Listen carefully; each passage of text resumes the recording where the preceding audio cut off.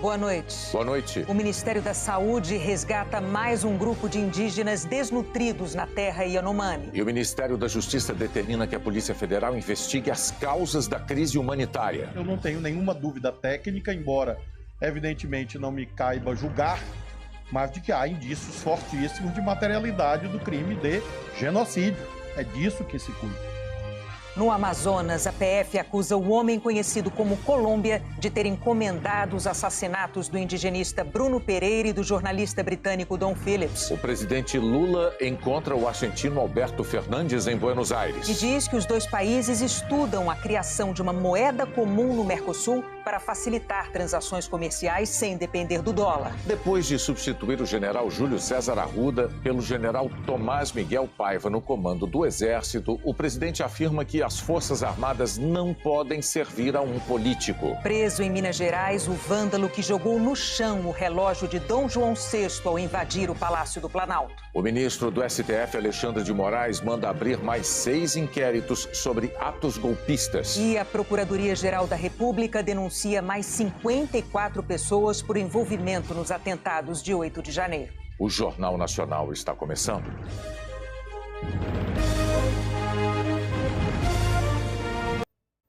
Começou hoje a distribuição de alimentos para os indígenas Yanomami em Roraima. Em Boa Vista, voluntários da Ação da Cidadania preparam cestas básicas para atender os indígenas Yanomami. Força para carregar os caminhões com pelo menos 1.000 cestas, 17 toneladas de alimentos. Existem várias que se juntam para fazer a diferença, aonde realmente necessita. Quem tem fome tem pressa, né? Então a gente tem que fazer essa força-tarefa para chegar o alimento na mesa realmente de quem está precisando, que agora é o povo Yanomami. Outra força, a aérea, viaja 270 quilômetros da capital até a terra Yanomami para entregar as doações.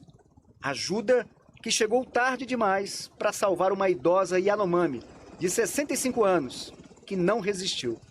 A desnutrição atinge adultos e crianças, que sofrem ainda com surtos de verminoses e malária.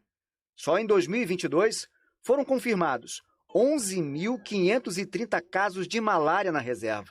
Ambientalistas apontam que o garimpo ilegal nas terras indígenas agrava a crise sanitária porque destrói a floresta, espanta a caça, contamina os rios e ainda dificulta o atendimento de saúde. Imagina as comunidades que já estavam sofrendo impacto com garimpo e a assistência médica não consegue chegar até essas localidades, as comunidades indígenas, por falta de ameaças por parte de garimpeiros. Isso agravou a situação na saúde Yanomami. Os conflitos se intensificaram nos últimos 2 anos, junto com a devastação ambiental no território. De 2020 para 2021, a área desmatada para garimpagem cresceu 46%. E em 4 anos, mais que dobrou, de 1.200 hectares para 3.200 hectares. E o drama vai além do que acontece dentro da reserva. Em novembro do ano passado, uma reportagem do Jornal Nacional mostrou uma investigação da Polícia Federal no Distrito Sanitário Especial Indígena Yanomami. O órgão faz parte da Secretaria de Saúde Indígena, ligada ao Ministério da Saúde. O inquérito apurou que dos mais de 90 tipos de remédios comprados para atender aos indígenas, menos de 1/3 foi entregue, deixando mais de 10.000 crianças Yanomami sem medicamentos. Ontem, 26 crianças e 2 adultos indígenas foram transferidos da reserva num helicóptero militar para a Casa de Saúde Indígena em Boa Vista, onde estão cerca de 700 indígenas. O secretário de Saúde Indígena do Ministério da Saúde, Veibe Tapeba, conta a situação que encontrou. Presenciei um cenário de guerra. O Estado brasileiro estava de costa para o território Yanomami, de costa para o povo Yanomami. É um cenário que precisa, de fato, de algumas ações emergenciais para já. Não dá para ficar refém do garimpo que tem atuado no território. Tive a oportunidade de descer pelo menos em 2 comunidades para ajudar na entrega de cestas de alimentos. E nessas ações nós tivemos que remover pacientes em estado grave, sabe, de desnutrição, com malária. E nós só pudemos descer nessas 3 comunidades, na realidade, por conta do apoio da Força Aérea Brasileira. Segundo o Ministério da Saúde, ainda hoje, chegam a Roraima integrantes da Força Nacional do SUS. São 13 profissionais de saúde, entre médicos e enfermeiros. Eles vão se dividir. Parte fica em Boa Vista para atuar na Casa de Saúde Indígena e os demais seguem para a reserva Yanomami. O ministro da Justiça, Flávio Dino, pediu que a Polícia Federal abra inquérito para apurar os crimes de genocídio e de omissão de socorro aos Yanomami. No ofício encaminhado ao diretor-geral da Polícia Federal, Andrei Rodrigues, o ministro da Justiça, Flávio Dino, citou os reiterados pedidos de ajuda contra a violência decorrente do garimpo ilegal, bem como a ausência de efetivas ações e serviços de saúde à disposição dos Yanomami, o que, segundo ele, reforçam uma possível intenção de causar lesão grave à integridade ou mesmo provocar a extinção do grupo originário. Ele lembrou ainda o incentivo político a garimpos ilegais em terras indígenas e a ausência de estratégias para a garantia da segurança alimentar aos Yanomami. O ministro determinou que sejam investigados os possíveis crimes ambientais, omissão de socorro e de genocídio. O que a lei brasileira do genocídio trata é que também quando você busca com medidas comissivas ou omissivas, ou seja, ações ou omissões, levar ao extermínio progressivo de um povo. Ora, assassinar as crianças é uma forma óbvia de conduzir ao extermínio de um povo. E por isso eu não tenho nenhuma dúvida técnica, embora evidentemente não me caiba julgar, mas de que há indícios fortíssimos de materialidade do crime de genocídio. É disso que se cuida. E as penas podem chegar até 30 anos, dependendo da configuração das várias hipóteses tipificadas na lei sobre genocídios no Brasil.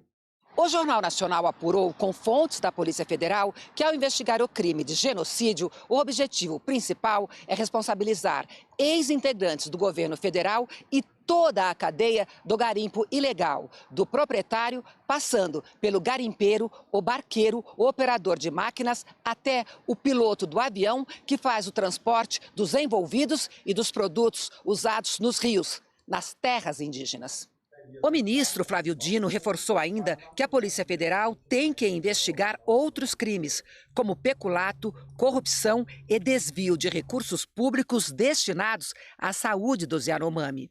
Eu aludo especialmente à ação ou omissão de agentes públicos. E aqui eu me refiro de agentes públicos de vários níveis. Por quê? Porque nós tivemos, primeiro, o estímulo a garimpo ilegal na Amazônia brasileira. Nós tivemos, inclusive, visita do ex-presidente da República, Jair Bolsonaro, a um garimpo ilegal, a um garimpo que não tinha ainda condições de regularidade. Hoje, procuradores da Câmara de Populações Indígenas e Comunidades Tradicionais do Ministério Público Federal afirmaram em nota que os esforços empreendidos, as providências adotadas pelo governo federal foram limitadas. O Ministério Público, junto ao Tribunal de Contas da União, pediu ao TCU que apure a atuação nos últimos anos da FUNAI e da Secretaria Especial de Saúde Indígena na proteção das terras e na saúde dos indígenas. O ex-presidente Jair Bolsonaro não deu retorno ao nosso contato. No Amazonas, a Polícia Federal concluiu que o homem conhecido como Colômbia foi o mandante dos assassinatos do indigenista Bruno Pereira e do jornalista britânico Dom Phillips. Rubem Dário da Silva Vilar foi preso em julho do ano passado por uso de documento falso e por suspeita de envolvimento numa quadrilha de pesca ilegal no Vale do Javari, no Amazonas. Ele chegou a ser solto em outubro, depois de pagar fiança, mas foi preso de novo em dezembro, depois de descumprir condições impostas pela Justiça para a liberdade provisória. O indigenista Bruno Pereira comandava uma série de apreensões de carregamentos de peixes capturados de áreas indígenas. E, segundo a Polícia Federal, esta seria a motivação do crime. E ainda, segundo as investigações, o jornalista Dom Phillips foi morto porque acompanhava o indigenista. Na véspera do crime, ele tem ligação dele para os suspeitos. No dia do crime, várias ligações telefônicas também para um dos criminosos. Além disso, ele forneceu a munição que foi utilizada também no assassinato, foi fornecida por ele, além das embarcações, também ele que fornecia as embarcações para a pesca ilegal. E além disso, nós temos também o pagamento que ele realizou para o advogado do Amarildo. Além de Colômbia, estão presos Amarildo da Costa Oliveira, conhecido como Pelado, e Jefferson da Silva Lima, que confessaram terem atirado em Bruno e Dom. Também está preso Ozenei da Costa Oliveira, que nega a participação no crime. Ele é irmão de Amarildo. A Polícia Federal indiciou hoje mais um irmão de Amarildo, Edivaldo, por participação nas mortes. Ele vai responder em liberdade. Bruno e Dom desapareceram quando faziam uma expedição no Vale do Javari. Eles foram vistos pela última vez no dia 5 de junho, navegando perto da comunidade de São Rafael. De lá, seguiriam para a Atalaia do Norte. A viagem deveria durar cerca de 2 horas, mas eles nunca chegaram ao destino. A polícia achou os corpos depois de Amarildo confessar envolvimento nos assassinatos e indicar o local onde os restos mortais estavam enterrados. As defesas de Colômbia, de Jefferson da Silva Lima e de Ozenei da Costa Oliveira disseram que ainda não tiveram acesso aos autos da investigação. Nós não conseguimos contato com os advogados dos outros citados. A seguir, o presidente Lula fala sobre a substituição do comandante do Exército. Preso o vândalo que atacou o relógio de D. João VI no Palácio do Planalto. Vínculos com a América Latina. O destino da primeira viagem internacional de Lula, em seu 3º mandato, foi uma escolha pessoal do presidente. Hoje é a retomada de uma relação que nunca deveria ter sido truncada. Lula e o presidente argentino Alberto Fernandes discursaram juntos por mais de 1 hora. Foram assinados acordos de cooperação nas áreas científica, financeira, de defesa e da exploração da Antártica. O presidente Lula confirmou que está em discussão, em estágios iniciais, um projeto de integração financeira, com a criação de uma moeda comum no Mercosul para facilitar as transações comerciais sem depender do dólar. E eu acho que com o tempo isso vai acontecer. Creo que isso vai suceder. E eu acho que é necessário que aconteça. E creo que é necessário que suceda. Porque muitas vezes tem países que têm dificuldade de adquirir o dólar. Porque há países que a vezes têm dificuldades em adquirir dólares. E você pode fazer acordos, estabelecer um tipo de moeda para o comércio que os bancos centrais, sabe, todo mês ou de quanto tempo quiser, façam um acerto de conta para que os dois países possam continuar fazendo negócio. Ele também disse que o BNDES, o Banco Nacional de Desenvolvimento Econômico e Social, voltará a financiar obras em outros países, como o gasoduto que permitirá à Argentina fornecer gás natural ao Brasil e que os países maiores, como o Brasil, têm de auxiliar os que têm menos condições. E se há interesse dos empresários? E se há interesse dos empresários? Se há interesse do governo? Se há interesse do governo? E nós temos um banco de desenvolvimento para isso? E temos um banco de desenvolvimento para isso? Eu quero dizer que nós vamos criar as condições para fazer o financiamento que a gente puder fazer para ajudar no gasoduto argentino.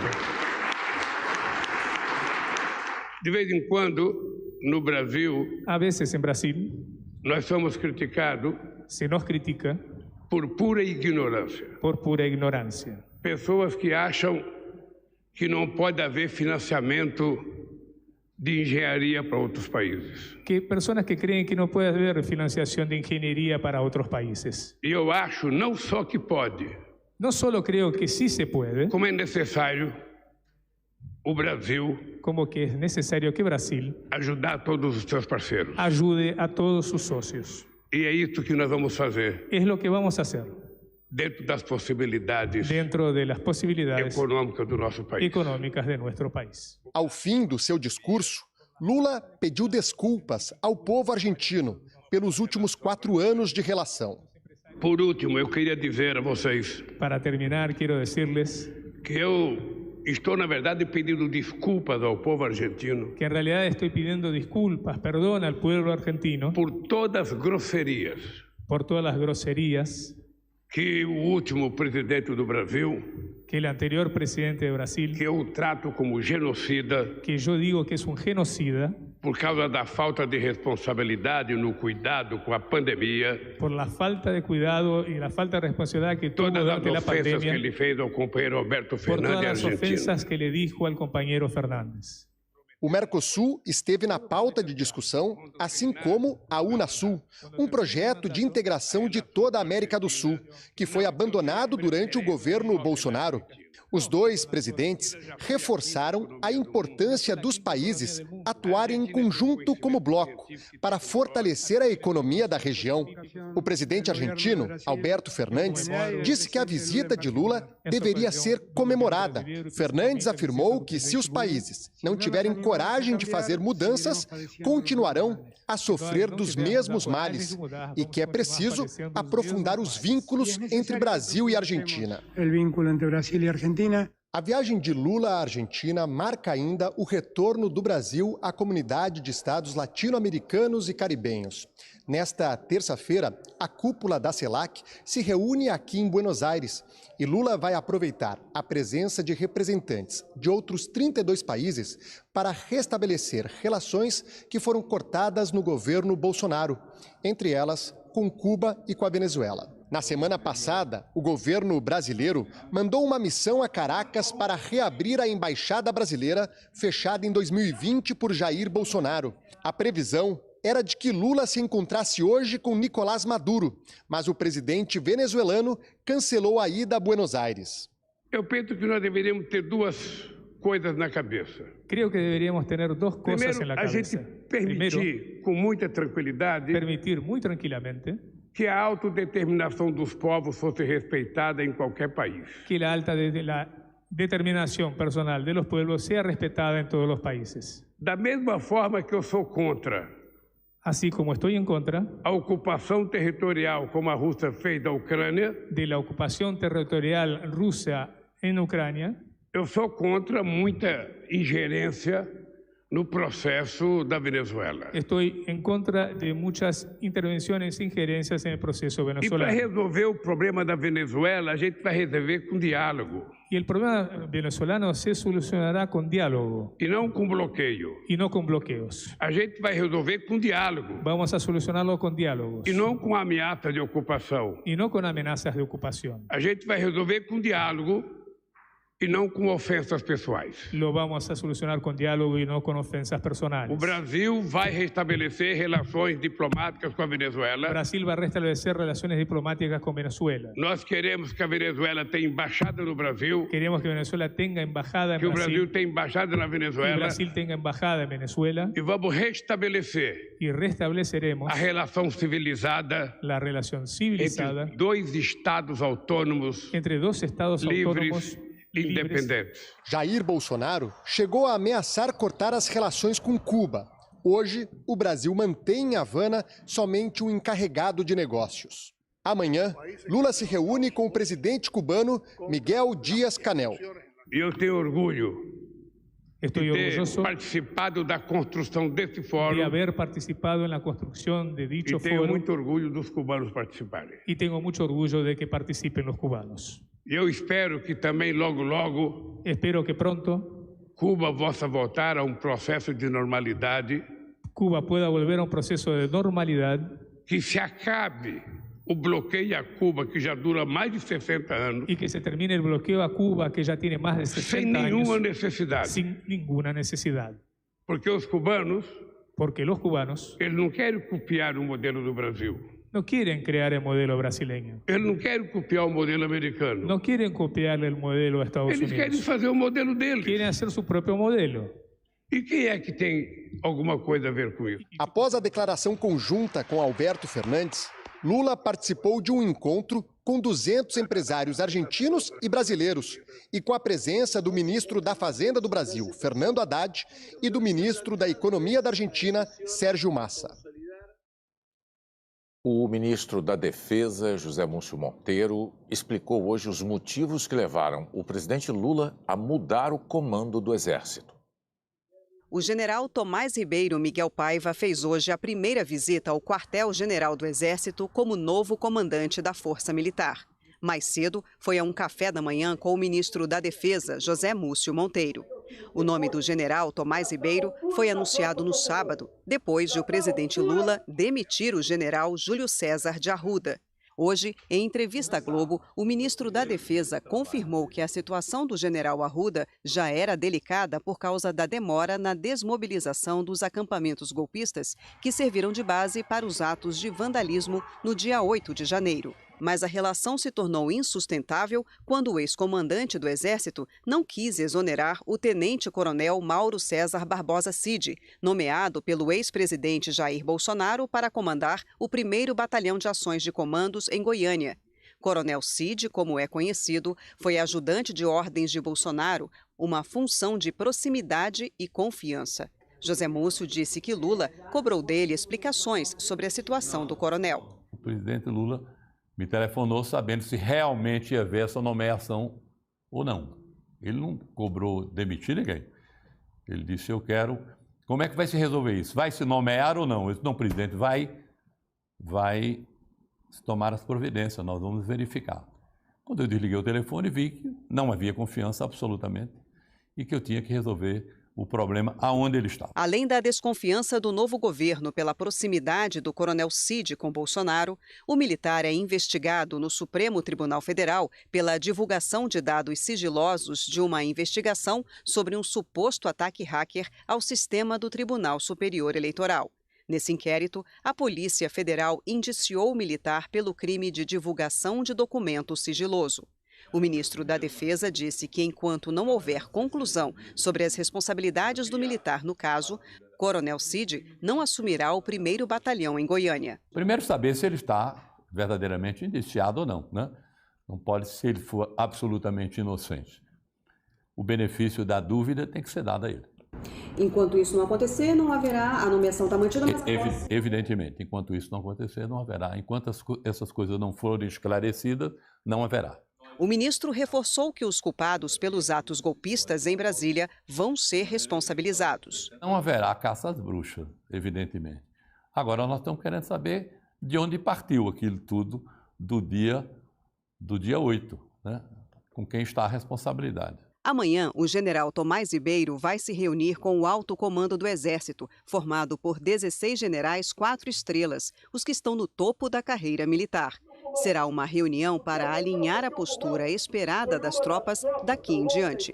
Hoje, em viagem oficial à Argentina, o presidente Luiz Inácio Lula da Silva falou pela primeira vez sobre a troca no comando do Exército. Perguntado sobre a substituição, Lula respondeu que o general Tomás Ribeiro está em sintonia com tudo o que ele pensa sobre o papel dos militares numa democracia. O que eu vou falar aqui não é só para os militares. Lo que voy a decir acá no es solo para los militares. Eu penso que todas as carreiras de Estado... Creo que todas las carreras de Estado...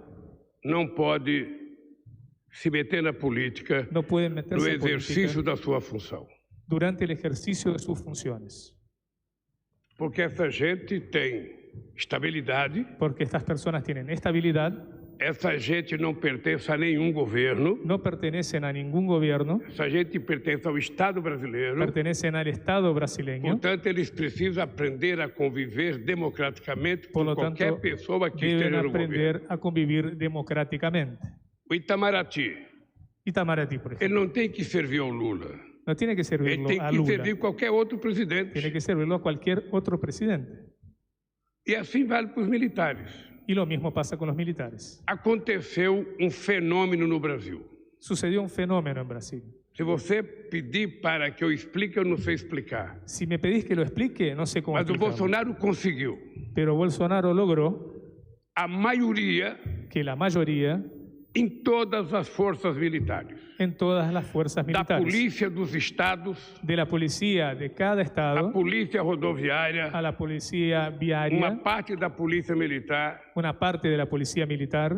E uma parte das forças armadas. Y una parte de las fuerzas armadas. Isso é reconhecido por qualquer cidadão que faça política no Brasil. Eso lo reconoce cualquier ciudadano que haga política en Brasil. Nós agora temos um papel de muita responsabilidade. Ahora tenemos un rol de mucha responsabilidad. Que é fazer com que o país volte à normalidade. Que es hacer que el país vuelva a la normalidad. E as forças policiais, as forças militares voltem à normalidade. Y que las fuerzas militares y policiales vuelvan a la normalidad. Eu escolhi um comandante do Exército. Elegí un comandante de ejército. e não foi possível dar certo, que no funcionó, no fue eu posible, tirei e escolhi outro comandante. tuve que elegir a otro. Que tive uma boa conversa com o comandante. Y tuve una buena charla con él. E ele pensa exatamente. Y él piensa exactamente com tudo que eu tenho falado sobre a questão das Forças Armadas. lo mismo que yo he dicho sobre las Fuerzas As Armadas. Forças Armadas não servem a um político. Las Fuerzas Armadas no sirven a un político. Ela não existe para servir a um político. No existen para servir a Ela un político. existe para garantir a soberania do nosso país. Existe para asegurar la soberanía de nuestros países. Sobretudo contra possíveis inimigos externos. Principalmente contra enemigos externos. E para garantir tranquilidade ao povo brasileiro. Y para asegurar la tranquilidad al pueblo brasileño. E fazer outras coisas. Y hacer otras cosas em função de desastres que possam acontecer no nosso causas país. De desastres Está naturales, claro por ejemplo. o papel na Constituição. Eso está muy claro en la Constitución Está brasileña. Está muy bien escrito eso. Não tem artigo que diga de acordo com a regulamentação. Está tudo regulamentado. Está todo reglamentado, no hay ningún artículo que diga lo contrario. O que aconteceu Lo que sucedió é que o Bolsonaro não respeitou a Constituição es que Bolsonaro no reconoció e la não respeitou as Constitución Forças Armadas. y se insertó en las Fuerzas Armadas. E eu tenho certeza que nós vamos colocar as coisas no lugar. Estoy seguro que vamos a recomponer las cosas. O Brasil vai voltar à normalidade. Brasil volverá a la As normalidad. Forças Armadas vão cumprir com seu papel. Las Fuerzas Armadas O cumplirán Poder su papel. Executivo vai cumprir com seu papel. Todos cumplirán O su Poder rol. Legislativo vai cumprir com seu papel. El Poder Legislativo cumplirá su E papel. assim o Brasil vai ficar bem. Y a Brasil, así Brasil estará bien. A pedido da Procuradoria-Geral da República, o ministro do Supremo Tribunal Federal, Alexandre de Moraes, determinou a abertura de 6 inquéritos sobre a ação de golpistas durante o dia 8 de janeiro. A apuração é para identificar quem cometeu possíveis crimes como o de terrorismo, de associação criminosa e o de golpe de Estado. A Procuradoria-Geral da República dividiu os atos golpistas do dia 8 de janeiro em 4 núcleos. O dos executores materiais, aqueles que invadiram e depredaram os prédios públicos e que não foram presos em flagrante. O dos autores intelectuais, que planejaram e instigaram os atos. O dos financiadores, que patrocinaram os golpistas, e o núcleo que apura a omissão de agentes públicos. A partir daí, a PGR pediu nos dias 11 e 12 de janeiro a abertura de 7 inquéritos. O ministro Alexandre de Moraes, do Supremo Tribunal Federal, já havia autorizado a abertura de um, o que investiga a suposta omissão do governador afastado, Ibanez Rocha, e da cúpula de segurança do DF. Pela manhã, Ibanez entregou o celular à Polícia Federal para ser periciado. Hoje, Moraes autorizou o início dos outros 6 inquéritos. 3 são sobre executores, autores intelectuais e financiadores. A PGR classifica os vândalos que invadiram as sedes do Palácio do Planalto, do Congresso e do STF como um grupo violento e antidemocrático que não aceita o resultado das eleições presidenciais e cujo objetivo era abolir o Estado democrático de direito e depor o governo legitimamente constituído. Nos pedidos, a PGR aponta a necessidade de apurar o cometimento dos crimes de terrorismo previstos nos artigos 2º, 3º, 5º e 6º da Lei Antiterror, e de associação criminosa, abolição violenta do Estado democrático de direito, golpe de Estado, ameaça, perseguição e incitação ao crime previstos no Código Penal. Ao autorizar a abertura dos inquéritos, o ministro Alexandre de Moraes diz que absolutamente todos serão responsabilizados, civil, política e criminalmente pelos atos atentatórios à democracia, ao Estado de Direito e às instituições, e que a democracia brasileira não será abalada, muito menos destruída por criminosos terroristas. A defesa da democracia e das instituições é inegociável. Os outros 3 inquéritos autorizados por Alexandre de Moraes, a pedido da PGR, miram a conduta de deputados eleitos no ano passado, aliados do ex-presidente Jair Bolsonaro, André Fernandes e Silva Wayampi, do PL, e Clarissa Tércio, do Progressistas. A PGR afirma que os 3 estimularam os atos golpistas em Brasília. Segundo a Procuradoria-Geral, André Fernandes convocou os seguidores nas redes sociais e, depois das invasões na Praça dos Três Poderes, publicou a imagem da porta de um armário vandalizado do STF, contendo a inscrição do nome do ministro Alexandre de Moraes, na qual inseriu a seguinte legenda: quem rir vai preso. No caso de Silvia Wayamp, a PGR afirma que ela divulgou vídeos por meio dos quais fomentou a prática dos atos golpistas e os endossou através de uma legenda, na qual se lia o seguinte: povo toma a esplanada dos ministérios nesse domingo. Tomada de poder pelo povo brasileiro insatisfeito com o governo vermelho. A PGR diz que a deputada eleita Clarissa Tércio publicou um vídeo em que dizia: acabamos de tomar o poder, estamos dentro do Congresso. Nos 3 casos, Moraes afirma que a conduta dos deputados eleitos, considerado o contexto geral dos atos do dia 8 de janeiro, se amolda em tese aos crimes de terrorismo, associação criminosa, abolição violenta do Estado Democrático de Direito, golpe de Estado, ameaça, perseguição e incitação ao crime. Silvia Wayamp disse que jamais se manifestaria a favor de atos de vandalismo. Clarissa Tércio declarou que é totalmente contrária a qualquer ato de violência, vandalismo ou destruição do patrimônio público que ameace a democracia. André Fernandes não quis se manifestar. Em outro desdobramento das investigações, a PGR apresentou ao STF 54 denúncias contra bolsonaristas radicais presos após os atos golpistas. Os 54 golpistas foram detidos no acampamento em frente ao quartel-general do Exército, em Brasília, um dia depois das invasões aos prédios públicos. A PGR quer que eles respondam por associação criminosa e incitação ao crime. O subprocurador-geral da República, Carlos Frederico Santos, afirma na denúncia que havia uma evidente estrutura a garantir perenidade, estabilidade e permanência nos acampamentos, que ao se dirigir para lá, o grupo aderiu a essa associação, cujo objetivo era a prática de crimes contra o Estado Democrático de Direito. A PGR afirma que a estrutura do acampamento em Brasília funcionava como uma espécie de vila, com local para refeições, feira, transporte, atendimento médico, sala para teatro de fantoches, massoterapia, carregamento de aparelhos eletrônicos, recebimento de doações e reuniões. A PGR considera que os indícios colhidos durante a investigação são suficientes para as denúncias e defende que os denunciados podem deixar a prisão, que seria substituída por medidas cautelares, como proibição de acesso a redes sociais, de contato com os demais investigados, além de se manter a uma distância mínima de 500 metros de qualquer estabelecimento militar. Essa é a terceira leva de denúncias apresentadas pela PGR. A primeira foi contra 39 detidos em flagrante no Senado. A segunda contra 5 pessoas presas dentro do Supremo Tribunal Federal. Ao todo, a PGR denunciou até o momento 98 pessoas. Agora, caberá ao plenário do STF decidir se elas passarão a condição de réus. Está preso em Minas Gerais o vândalo que destruiu uma relíquia do Brasil no Palácio do Planalto no dia 8 de janeiro. A Fernanda Vieira tem as informações ao vivo de Uberlândia. Boa noite, Fernanda. Boa noite, Renata, Bonner e a todos. Antônio Cláudio Alves Ferreira, de 30 anos, foi preso pela Polícia Federal e trazido aqui para a delegacia da Polícia Federal em Uberlândia. Segundo a PF, ele será interrogado, passará por uma audiência virtual de custódia e depois será encaminhado para o sistema prisional. O Antônio é conhecido por destruir um relógio do século XVII que foi presente da corte francesa para Dom João VI. Após os atos terroristas, o Ministério da Justiça considerou o homem que foi preso nesta segunda-feira como foragido. Os atos de bolsonaristas radicais foram cometidos no dia 8 de janeiro. Os golpistas invadiram os prédios do Congresso Nacional, do Palácio do Planalto e também do Supremo Tribunal Federal.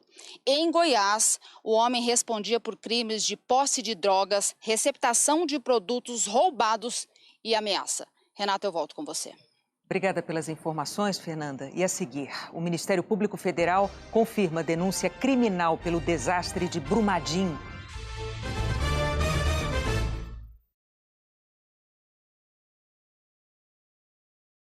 Hoje, denúncia contra os envolvidos no rompimento da barragem de Brumadinho, em Minas Gerais. O Ministério Público Federal denunciou 16 pessoas, entre elas o ex-presidente da Vale, Fábio Schwartzman, funcionários da Vale e da empresa Tuvisud, que atestou a segurança da barragem. Todas por homicídio qualificado, por 270 vezes o número de mortos do rompimento. As 16 pessoas, a mineradora e a empresa também foram denunciadas por crimes ambientais contra a fauna e flora e crime de poluição. Em dezembro passado, o Supremo Tribunal Federal decidiu que a Justiça Federal era responsável por analisar o caso. Os ministros aceitaram recurso da defesa dos envolvidos, que questionavam a competência da Justiça de Minas Gerais, alegando que o rompimento afetou sítios arqueológicos de responsabilidade da União. Na denúncia apresentada hoje, os procuradores pediram a possibilidade de, a qualquer momento, acrescentar ou retirar denunciados ou fatos delituosos. A denúncia enviada à Justiça Federal é a mesma apresentada pelo Ministério Público Estadual à Justiça Mineira. O MPF explicou que isso foi necessário porque na próxima quarta-feira a tragédia de Brumadinho completa 4 anos e alguns crimes ambientais podem prescrever no dia 25. Esses crimes ambientais, eles interessam muito mais a questão das pessoas jurídicas. Se os crimes ambientais prescrevem, essas pessoas jurídicas não respondem por nenhum delito, já que não existe a previsão para responder por crime de homicídios, por exemplo. Esse tipo de delito já é próprio das pessoas físicas. A preocupação com a prescrição também foi o argumento da presidente do STF, ministra Rosa Weber, que, na semana passada, determinou o andamento imediato do processo na Justiça Federal, a pedido da defesa da família de uma das vítimas. O advogado Robson Pinheiro lembrou que todo o trabalho feito por várias instituições e que já estava na Justiça Estadual poderia ser perdido. Todas essas instituições trabalharam e levantaram uma gama de informações para servir de elementos para uma ação penal, e a gente estava vendo todo esse trabalho correr o perigo, o risco de não dar em nada, vamos dizer assim, em relação aos crimes ambientais. A barragem da mina do Córrego do Feijão se rompeu em 2019. A onda de rejeitos tirou 270 vidas. 3 pessoas ainda estão desaparecidas. Nesse domingo, parentes das vítimas e moradores de Brumadinho e de cidades vizinhas fizeram um passeio ciclístico para cobrar justiça. Continua a dor, continua o desespero, continua a busca por justiça. A gente continua lutando e continua falando e continua não deixando que isso seja esquecido. Nem para nós e nem para ninguém. A defesa da Vale declarou que considera absolutamente impensável uma acusação atribuir dolo de forma verticalizada desde os primeiros níveis operacionais até o presidente da companhia, como se todos tivessem agido de forma deliberada para deixarem a barragem se romper, levando às mortes de seus próprios colegas de empresa e de pessoas no entorno. As defesas de Fábio Schwartzman e da Tuvisud não se manifestaram. Vamos ver agora como fica o tempo amanhã em todo o Brasil. Boa noite, Eliana. Boa noite, Renata, Bonner, e também para você. Minas Gerais está sob aviso de chuva intensa, segundo o Instituto Nacional de Meteorologia. Os temporais também podem atingir Espírito Santo, Rio de Janeiro, parte de São Paulo, Goiás, Mato Grosso, Amazonas, Pará e Amapá. Tem previsão de grandes volumes, principalmente em Belo Horizonte e no Rio de Janeiro, também em Vitória e em Brasília. Uma frente fria organiza as instabilidades que entram no Brasil pela zona de convergência intertropical. Os ventos distribuem essas instabilidades pelo norte, centro-oeste e sudeste. Por isso, Macapá, Manaus, Belém e Goiânia também estão na rota da chuva volumosa. Enquanto o Rio Grande do Sul fica mais seco do que o Nordeste, principalmente perto das fronteiras. Em Porto Alegre, mínima de 20 e máxima de 35 graus. 15 graus de diferença entre manhã e tarde. No Nordeste, pouca chuva. Em João Pessoa, em Salvador, em Natal, em São Luís. O sol brilha sozinho do sul do país ao sul de São Paulo e de Mato Grosso do Sul, no extremo norte e entre Bahia e Pernambuco. Capitais sem previsão de chuva, além de Porto Alegre, Maceió, Aracaju, Boa Vista e Curitiba. Em São Paulo, continua abafado. Amanhã, 27 graus, depois 29, com pouca chuva nessa semana. O contrário de Minas e do Espírito Santo, onde a chuva aumenta o risco de deslizamento. Mato Grosso e Goiás podem ter ventos fortes e Pará e Tocantins vão concentrar os temporais no norte do Brasil. uma boa noite e até amanhã. Até amanhã. O Jornal da Globo é depois de Tela Quente. Boa noite. Boa noite, até amanhã.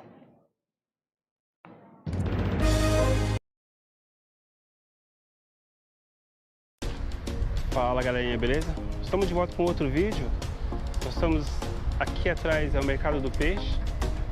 Nós estamos aqui na hora da praia, na Avenida da Praia.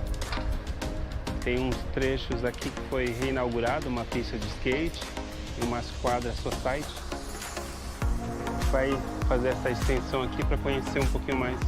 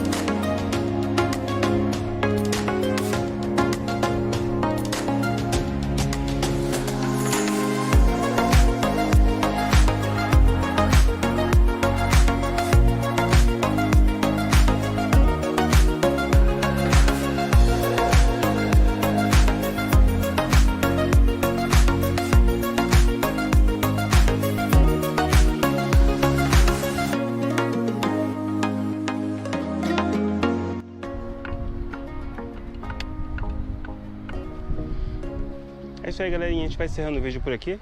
Não esquece de deixar seu like aí e se inscrever no canal. Valeu!